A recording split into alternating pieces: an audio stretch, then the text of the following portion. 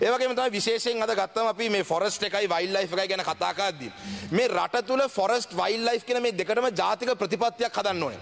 දැන් අද වෙද්දී අපි දන්නවා ශ්‍රී ලංකා ඇඩ්මිනිස්ට්‍රේටිව් සර්විසස්, ශ්‍රී ලංකා ෆොරින් සර්විසස්, ශ්‍රී ලංකා এডুকেෂන් සර්විසස් තියෙනවා වගේ. මම නම් යෝජනා කරන්නේ ගරු ඇමතුමා ශ්‍රී ලංකා ෆොරස්ට් සර්විස් එකක් පටන් ගන්න ඕනේ. ශ්‍රී ලංකා වයිල්ඩ් ලයිෆ් සර්විස් එකක් පටන් ගන්න ඕනේ. මේ නිලධාරීන්ට ඒ සඳහා තාක්ෂණය දෙන්න ඕනේ. ඒ පුහුණුව දෙන්න ඕනේ. අපිට පුළුවන් ලෝක බැංකුවත් එක්ක කතා කරන්න ඕන රටක් එක්ක කතා කරන්න. මේකට තාක්ෂණික පුහුණුව. මොකද මේ වයිල්ඩ් ලයිෆ් ඩිපාර්ට්මන්ට් එක අපි කොහොමද ජාතික ප්‍රතිපත්තියක් හදන්නේ?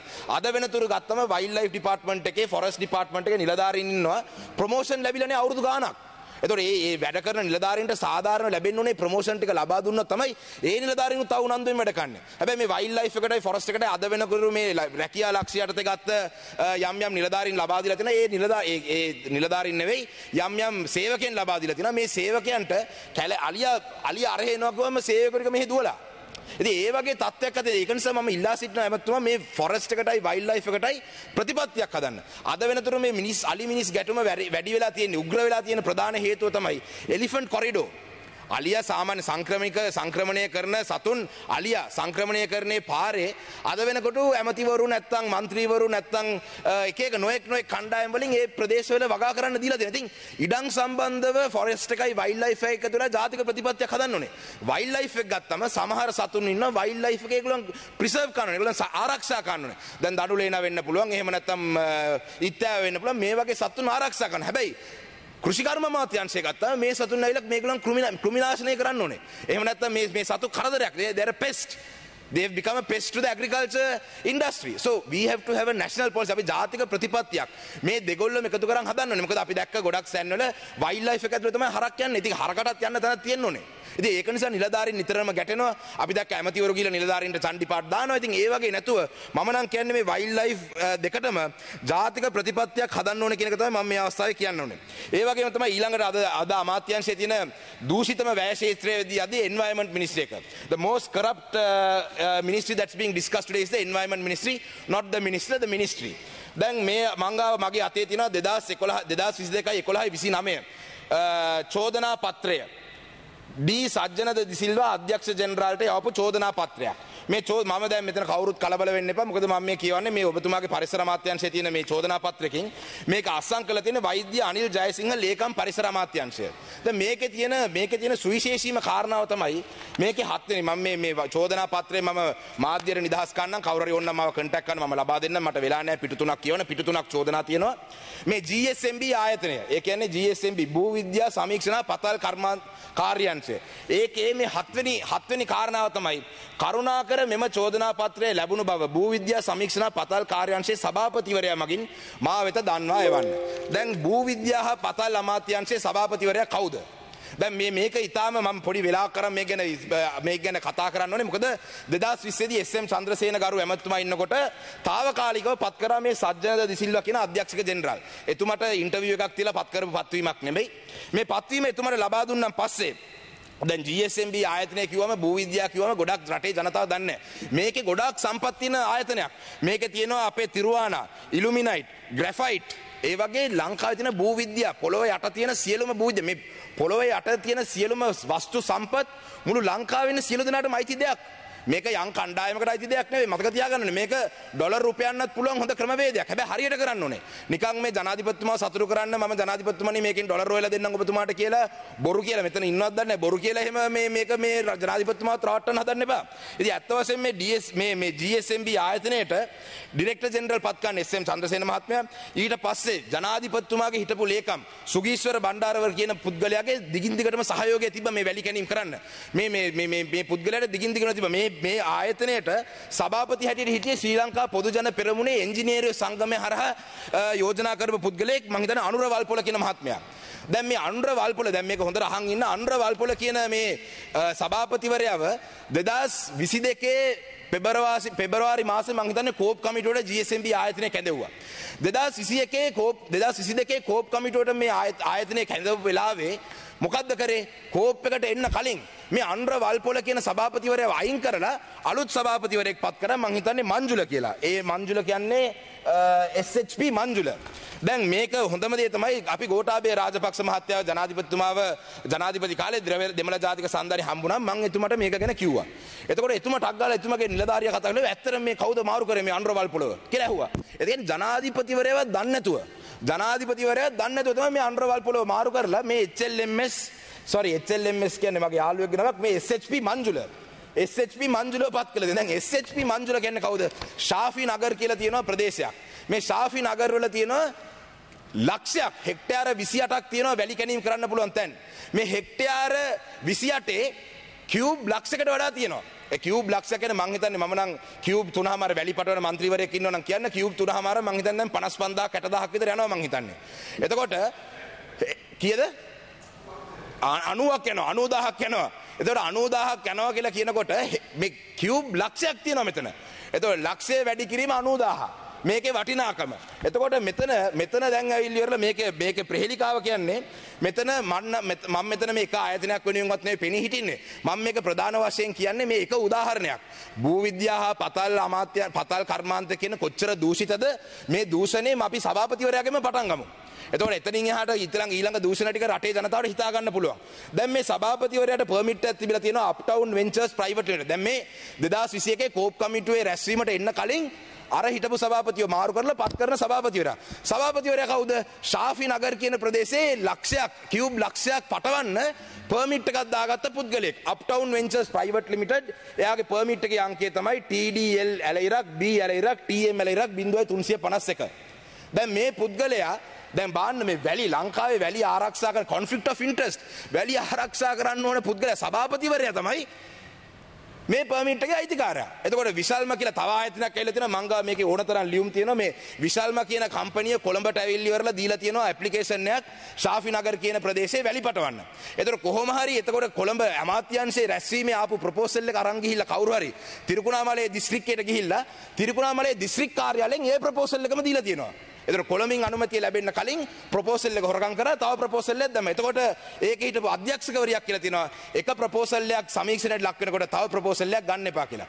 කොහොම හරි මේක ගිහිල්ලා ඒ අධ්‍යක්ෂකවරියගේ දැනුමත් නැතුව මම මේ ඔක්කොම ලියකියවිලි එක කියන්නේ මගේ මේ මෙමෝ තියෙනවා ඕනනම් කවුරු හරි මාව චැලෙන්ජ් කරනවා නම් එන්න අපේ හිටපු ඇමතුමත් මෙතන ඉන්නවා විවාදයකට උනත් එන්න මං ගා මේ සාක්ෂිත් එක්ක මම කියන්නේ චැලෙන්ජ් කරනවා මම එන්න කියලා. අධ්‍යක්ෂකවරිය ලියුමක් කියලා තියෙනවා තිරිකුණාමලයේ ඉංජිනේරුවට මේක දෙන්න එපා. කොළඹ දැන් දැනට බලපත්‍රයක් තියෙනවා. අධ්‍යක්ෂකවරියගේ දැනුමත් වීමක් නැතුව මෙන්න මේ පර්මිට් එක දීලා. දැන් එතකොට අප්ටවුන් වෙන්චර්ස් ආයතනයේ ලංකාවේ අද GSMB ආයතනයේ සභාපතිවරයා මේ HMS මංජුල කියන පුද්ගලයා තමයි සභාපති. එයාගේ නමට තමයි අප්ටවුන් වෙන්චර්ස් තියෙන්නේ. අප්ටවුන් වෙන්චර්ස් එකට පර්මිට් එක අරගෙන. එතකොට කෝප් කමිටුවේ රැස්වීමට ඇවිල්ලා එයා කිව්වා නෑ මම දැන් අප්ටවුන් වෙන්චර්ස් එකේ නෑ. මම මේකේ අධ්‍යක්ෂක මණ්ඩලයෙන් ඉවත් වුණා. දැන් එයා අධ්‍යක්ෂක මණ්ඩලයෙන් ඉවත් වුණාට ඊළඟ පර්මිට් එක තියෙනවා මෙතන වැලි ගොඩ දාන එකක්. වැලි ගබඩා කරන්න තව පර්මිට් එකක් තියෙනවා. දැන් අධ්‍යක්ෂකවරයා හැටියට ඉන්න කාලෙම මෙන්න තියෙනවා ඒ වැලි ගබඩා කිරීමේ පර්මිට් එක. ඒ පර්මිට් එක තියෙනවා නොවැම්බර් මාසේ 9 වෙනිදායි 2022 නොවැම්බර් මාසේ 9 වෙනිදා වෙනකල් පර්මිට් එක තියෙනවා. ඒ කියන්නේ දැන් දවස් 30කට කලින් වෙනකල් එතුමට මේ වැලි බිස්නස් එකට එතුමා සම්බන්ධයි. මේ පර්මිට් එකේ නම්බරය තමයි අප්ටවුන් ventures SHP Manjula TDL ඇලයිරක් B ඇලයිරක් TM 0374. මේක තමයි මේ GSMB ආයතනයේ සභාපතිවරයාගේ තියෙන පර්මිට් එකයි එයාගේ ගබඩා කිරීමේ පනත. දැන් මම මේ අවස්ථාවේදී කියනවා විශේෂයෙන්ම ගරු ජනාධිපතිතුමා ගිහිල්ලා COP24 ගිහිල්ලා පරිසරයේ හදන එක ගැන කියනවා. ගරු ජනාධිපතිතුමා පොර ටෝක් දෙනවා. මම දැක්ක ඊයේ පෙරේදත් කියලා තියෙනවා මේ රට විදේශික රටවල් එහෙම අපිට සහයෝගය දුන්නේ නැත්නම් විදේශික රටවල් මේ රටේ පරිසර විනාශයට ලෝකේ පරිසර විනාශයට මේකට ඕගොල්ලන් වග කියන්න ඕනේ කියලා. මම ජනාධිපති ලේකම්තුමාට පරිසර අමාත්‍යාංශයේ ලේකම්තුමා ලියුම ලියලා තියෙන්නේ සභාපතිවරයාට. මේ අධ්‍යක්ෂක ජෙනරාල් ගැන ඇක්ෂන් එකක් ගන්න කියලා. ඉතින් එකතු වෙලා හොරකම් කරනවා කියලා චෝදනා තියෙන කට්ටිය මම හිතන්නේ ගරු ඇමතුමා මම හිතන්නේ මේ කතාවෙන් පස්සේ පිළිතුරේදී ඔබතුමා කියන්න බාධා කරන්න නැතුව මේක ඔබතුමා අමාත්‍යවරයා වශයෙන් වහාම මේ අධ්‍යක්ෂක ජෙනරාල් මේ GSMB ආයතනයේ සියලු දූෂිත කටයුතු වලට වක් කියන්න ඕනේ මේ අධ්‍යක්ෂක ජෙනරාල්ව වහාම වැඩ තහනමක් කරන්න ඕනේ.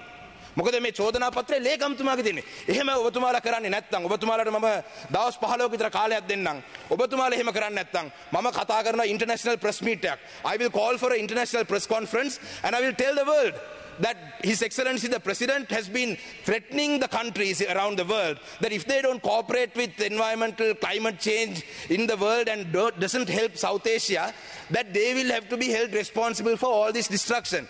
I will have a press meet. I will have an international press meet.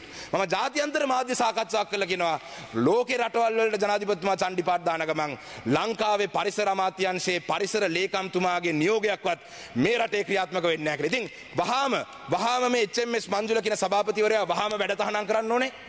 වහාම මේ අධ්‍යක්ෂක ජෙනරාල්වරයාට පරීක්ෂණයක් පටන් ගන්න ඕනේ. මං ගාව මේ ආධාර ඔක්කොම සාක්ෂිත් එක තමයි මම මේ අවස්ථාවේ ඉල්ල තියෙන්නේ. ඒක නිසා මම ඊටාම සතුටු වෙනවා කවුරුත් මේක ගැන මට කරදරයක්වත් කරපු නැති එක ගැන. මොකද මේක ඇත්ත බව සියලු දෙනාම දන්නවා. මේ පාර්ලිමේන්තුවේ මම මේක කියන්නේ මේ පාර්ලිමේන්තුවේ മന്ത്രിවරු ගොඩක් අයට පර්මිට් තියෙනවා. ඒකේ ගැටලුවක් නැහැ. පර්මිට් තියෙනවා. හැබැයි මම කියන්නේ මේ දූෂණේ මට පල්ලෙහා ඉඳන් උඩට යනවට වඩා උඩ ඉඳන් පල්ලෙහාට එන එක ලේසි. දැන් සභාපතිතුමාම කරප්ට් නම් කොහෙද ඉතින් ආයේ නිලධාරීන් ගැන කතා කරන්නේ. ඒක නිසා මම වැඩි වශයෙන් මේ සබ්ජෙක්ට් එක ගැන මම අද කතා කරන්න බලාපොරොත්තු වෙන්නේ නැහැ. ඊළඟට අද තව සබ්ජෙක්ට් එකක් තියෙනවා Ministry of Tourism and Land. I wish Honorable Harin Friend was here a little while ago. Now Honorable Harin Friend, if you're in your office, you must understand that the Ministry of Tourism and Land is a large subject. There's a lot of things to be said. But in the Ministry of Lands, Honorable Fernando, I have brought to your attention about the large amounts of corruption that happens within the land ministry. And just like how I would like Honorable Nazir Ahmed to take action with the environment ministry, I would expect you to take action with the land ministry as well. Because the land ministry is one of the most corrupt ministries as well. At the same time, I saw a meeting. මම දැක්ක ඊයේ පෙරේදා මේ ජනාධිපතිතුමා මේ මඩකලපුව දිස්ත්‍රික්කයේ tourism සංවර්ධනය කරන්න රැස්වීමක් තියලා තියෙනවා ජනාධිපති ලේකම් කාර්යාලයේ. ඔබතුමාව මම ඒකේ දැක්කේ නැහැ. ඒතුමා කියලා තියෙනවා මං හිතන්නේ තිරුකුණාමලේ බෝඩර් එකේ ඉඳන් මඩකලපුවේ අනිත් පැත්තේ බෝඩර් වෙනකල් ඉඩම් හඳුනාගෙන මේ ඉඩම් හරහා අපි ඇවිල්ලා ටුවරිසම් කරන්න යනවා කියලා. දැන් ඇත්තටම මඩකලපුවේ දැනට තියෙන හොටෙල් වලත් සංචාරකයෝ ඉන්නේ නැහැ.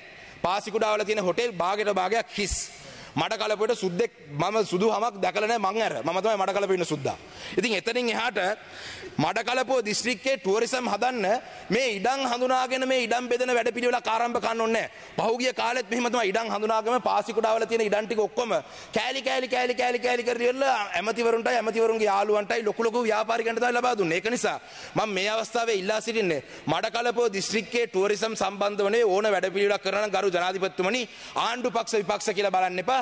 අපිටත් කතා කරන්න අපි ඔබතුමාට සත්‍ය තොරතුරු ලබා දෙන්නම්. Also, on the Ministry of Tourism, in terms of policy, Honorable Fernando, the type of tourists that we should look to attract are much different to the countries like Thailand. Because in Sri Lanka, we don't want a large volume we don't want millions of tourists to come and destroy the beauty of this country. So we need to go one step above. We need to attract tourists who spend money. දැන් අද වෙනකොට අපේ රටට සුද්ධ සමහර එනවා දවසටම සුද්ධ වියදම් කරන්නේ ඩොලර් 10යි. මම ලංකාවේ මිනිස්සු ඊට වඩා වියදම් කරනවා. ඩොලර් 10 කියන්නේ 3800ක් විතර, කාමරේට 1500යි. දවල්ට කන්නේ ජූස් පැපොල් ගෙඩියක් කාලා ඉන්නවා දවල්ට. රැයට පොඩි පාන් කෑල්ලක් කාලා ඉන්නවා. එච්චර තමයි. ඉතින් අපි ඇට්‍රැක්ට් කරන්නේ අඩුම ගානේ මං හිතන්නේ ටුවරිසම් මිනිස්ට්‍රි එකේ ගිය අවුරුදු කීපයකට පෙර බජට් එකේ දාලා තිබ්බ ලංකාවේ ටුවරිසම් ඉන්කම් එක ඇවිල්ලා 5 බිලියන් ලංකාවට 5 බිලියන් ඩොලර්ස් එනවා කියලා මේ 5 බිලියන් ඩොලර්ස් ගාන හදලා තියෙන්නේ එක සුද්දෙක් එක රැයකට ඩොලර් 180ක් වියදම් කරනවා කියලා. අද වෙනකොට ඩොලර් 18ක්වත් වියදම් කරන්නේ සුද්ද තමයි ගරු ඇමතුමා එන්නේ.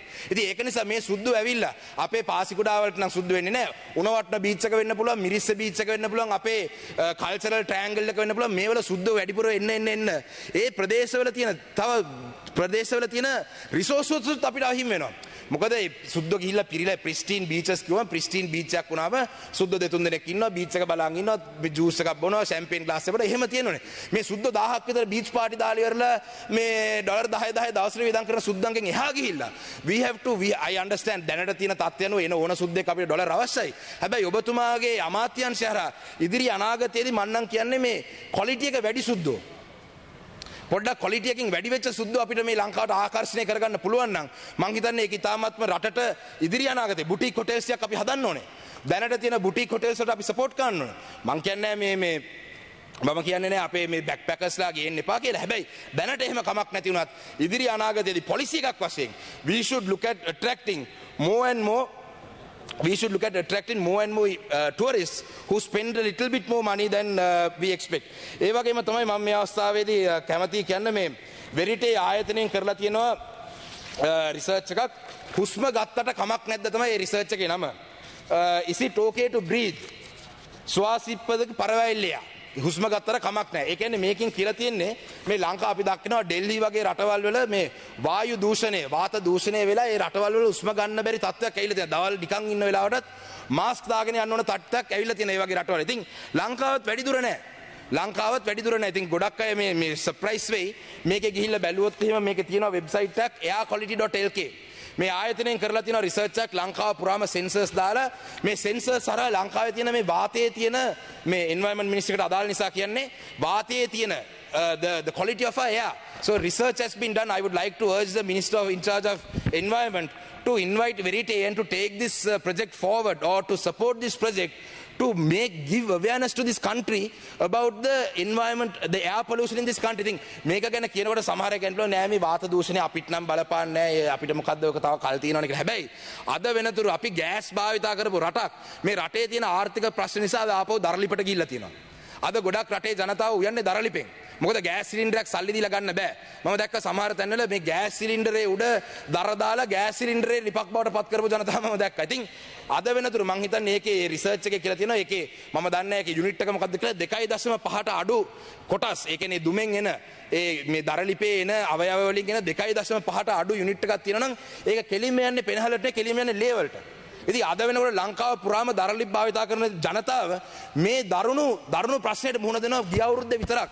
ලංකාවේ මේ උස්ම ගැනීමේ රෝග නිසා 8000කට වඩා ලංකාවේ රෝහල් ගත. ඉතින් මේ ලංකාවේ රෝහල් පද්ධතියටත් මේගොල්ලන් බරක් කියන එක මේ අවස්ථාවේ කියන්න ඕනේ. Finally, as the country is facing a massive issue right now with our debt, the debt restructuring process should be a prime objective. We are debating about a budget where some of the balances are very, very, very minimal. We have other ways that we will talk to you in the future about how the government can increase its revenue. But right now, for the country, the priority is to get the IMF bailout package or the IMF staff level agreement or this $2.9 billion that the IMF program will give us. This should be this country's priority. So whilst we do that, Honorable Minister in charge of Environment, there is a system where the government of Sri Lanka can apply for green bonds. Now these green bonds are directly related to our environment impact on this country. So these green bonds could be sometimes if we reduce our air pollution, we can get a lower percentage of interest on these bonds. You see, so there are a lot of things that we can do based on the environment ministry. So Honorable Minister, you better take action against the GSMB because otherwise we will not have access to green bonds. At the same time, the balancers. Now, overall, the Ministry of Environment, Ministry of Wildlife, and ඒ වගේම තව එකක් කියනවා සත්ව උද්‍යානයේ ඉන්න සත්තුන්ටත් මේ පාර කන්න නැහැ. මුළු ලංකාවටම ඉන්ෆ්ලේෂන් සත්ව උද්‍යානයේ ඉන්න සත්තුන්ට දෙන කෑම වලට විතරක් ඉන්ෆ්ලේෂන් නැහැ. ඒ සත්වයන්ගේ කෑමත් පොඩ්ඩක් වැඩි කරන්න. But overall, this year, 2022 to 23, overall, all the balances that we are discussing today, primarily they are related to the environment, forest and forest conservation, have reduced from 6.8 billion to 5.8 billion.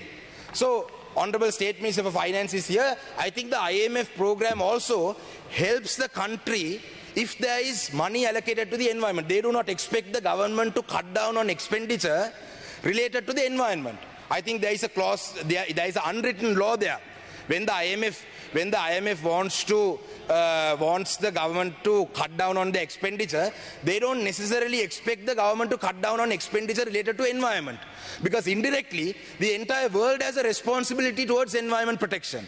So I would like to urge the Minister in charge for Environment, please, and Honorable State Minister for Finance is also here, please look at this, look at how we can increase our allocations to the Environment Ministry, because that will not necessarily have to be deducted from a national budget. So having said that, you see there is a Honorable Presiding Officer, there is a massive concern that I have.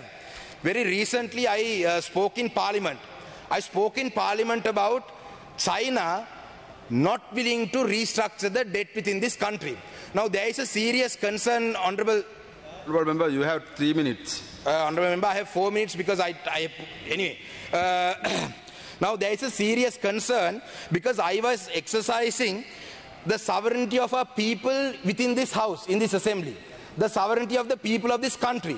Now it's a very serious matter that the Chinese embassy's Twitter handle is commenting on matters that relate to this country's sovereignty.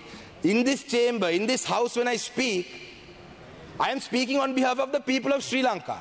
I'm not speaking on behalf of any embassy or any other country per se. But the Chinese embassy repeatedly tagging me on Twitter, is a serious concern about this country's sovereignty. What does the Chinese embassy have to do with matters that are discussed within this chamber? I have the privilege to speak in this house. What is the Chinese embassy's business to speak inside, take my comments and speak about them on Twitter? Now, if you want a war, if you want a Twitter war, China embassy page, I am ready for a Twitter war, but I just don't have time. But I only said that point because I want this country to prosper and I want the IMF negotiations to go through, which is a primary concern right now. All I said was help with the debt restructuring process. But in return, what have you done? You're continuously tagging me on Twitter. So if that's the warpath that you want to take with me, I would like to raise a few more things right here, which I did not say the other day. I would like to say a few more things. China's economy is 20 trillion. That is 20,000 billion, if I am not mistaken. 20 trillion is 20,000 billion. So out of the 20 trillion, 20,000 billion, all that Sri Lanka owes China in total, 3 billion to the China Development Bank and 4.3 billion to the China Exim Bank. So altogether, what the country owes China is 7.4 billion. So out of 20,000 billion, I know you may have concerns about your Belt and Road Initiative, where you have lent to other countries, they will also ask you to restructure. That is not our problem. I am talking on behalf of 22 million people of this country. When you lent money to this country, you knew the economy was collapsing. But you still went ahead and gave money just to get Sri Lanka caught in this Chinese debt trap. So if you did this knowingly, you had information. I mean, you're not stupid. You have economy of 20 trillion. You think you're stupid to come and lend money to a country where the economy is crashing. You knew this. So right now, why can't you help the people of Sri Lanka and, write this off? Write it off. At least right now, what we are asking is to restructure this, to reschedule these loans. අපි මේ චීනෙන් ඉල්ලන්නේ අපි මේ චීනේ කියන්නේ dollar ට්‍රිලියන 20ක ඉකොනොමියක් තියෙන රටක්. අපි රටක් වශයෙන් අපි ඒගොල්ලන්ට ණය වෙලා තියෙන්නේ බිලියන 7.4ක්. මේ ට්‍රිලියන 20ක් තියෙන බිලියන 20000ක් තියෙන චීනේ ඇත්තටම ලංකාවේ යාළුවා නම් මේ අපි ඩීසල් ලීටර් මිලියන 9ක් දෙනවා හාල් ලක්ෂ කිලෝ 5ක් දෙනවනේ ඕව නෙවෙයි ඇත්ත උදව් කියන්නේ එක්කෝ මේ ණය මුළුමනින්ම කපා හරින්න අපි ණය මුළුමනින්ම කපා හරින්න නැත්නම් අපි මේ ප්‍රතිව්‍යුහගත කරන්න කියලා ඉල්ලන්නේ ඒකට හරි උදව් කරන්න ගරු මන්ත්‍රී කාලේ අවසන් කරනවා මම අවසන් කරනවා අවසාන වශයෙන් කියන්නේ as Sri Lankans 22 million people we might be divided on ethnicity and religion and all that but when it comes to Sri Lanka, we will all unite together. As 22 million Sri Lankans, we will unite together. That's what we did. Go home was something that all Sri Lanka united to do. But if the Chinese embassy and the Chinese government continuously not work towards the benefit of the Sri Lankan people, if the Chinese government and the embassy don't look after the interests of the people by restructuring this debt, I would like to warn the Chinese, there will be a China go home soon and I will lead it. මේ රටේ මම චීන රජයටයි චීන එම්බසිකටයි කියන්නේ මිලියන 22ක් ශ්‍රී ලාංකීය ජනතාව අපි අපේ ජාති ආගම් අනුව අපි වෙනස් වෙලා ඉන්න පුළුවන් අපි බෙදිලා ඉන්න පුළුවන් හැබැයි අවසන් කරනවා හැබැයි මිලියන 22ක් ශ්‍රී ලංකාවේ ජනතාවගේ අනාගතය වෙනුවෙන් අපි සියලු දෙනාම ජාති ආගම් භේද වලින් තොරව go home ගෝට කියලා අපි එකතු වුණා වගේ චයිනා go home කියලා එකතු වෙනතට අපි තල්ලු ගන්න එපා කියලා මම කියලා මගේ කතාව අවසන් කරා බොහොම ස්තුතියි හර්ෂ සිල්ල මැතිතුමා While I respect the views of the Honourable Member of Parliament and while he has all the right to express his view, I don't think we should take a position as such to say that we will lead or somebody will lead a China go home. We have to work with all countries. It's not a point of order. I agree with you that we need to work with the Chinese and the Indians. Not a point of order. What's point of order? No. No. It's an important matter. All what I'm saying is, honorable member, let us work together. But I don't think we should be so harsh. So let's work a solution. Let's work a solution. That's all. Honorable, මොකද්ද point of order එක? නම කියවනේ ඔබතුමාගේ නම සඳහන් කරේ නැහැ. ඔබතුමාගේ අදහස පළ කරේ. මේක රටේ ජනතාව බලාගෙන ඉන්නවා විනාඩියක් දෙන්න මේක බරපතල කතාවක් එතුමා කිව්වේ. නෑ ඔබතුමා විවාදයකට යන්න එපා. කාලය සීමිතයි. විවාදයක් නෑ. ඔබතුමා මේ වෙලාව දෙන්න විනාඩිය. මම විනාඩියයි. ඔබතුමාට වැඩිපුරත් එක විනාඩියක් දීලා තියෙනවා. ඔබතුමාට කාලය ඉක්ම ගෙදලා ඔබතුමාගේ නම සඳහන් කරේ නැහැ. ඒක point of order එකක් නෙවෙයි. Honorable දිලීපන් මන්තුමා ඔබතුමාට විනාඩි 9ක කාලයක් තියෙනවා.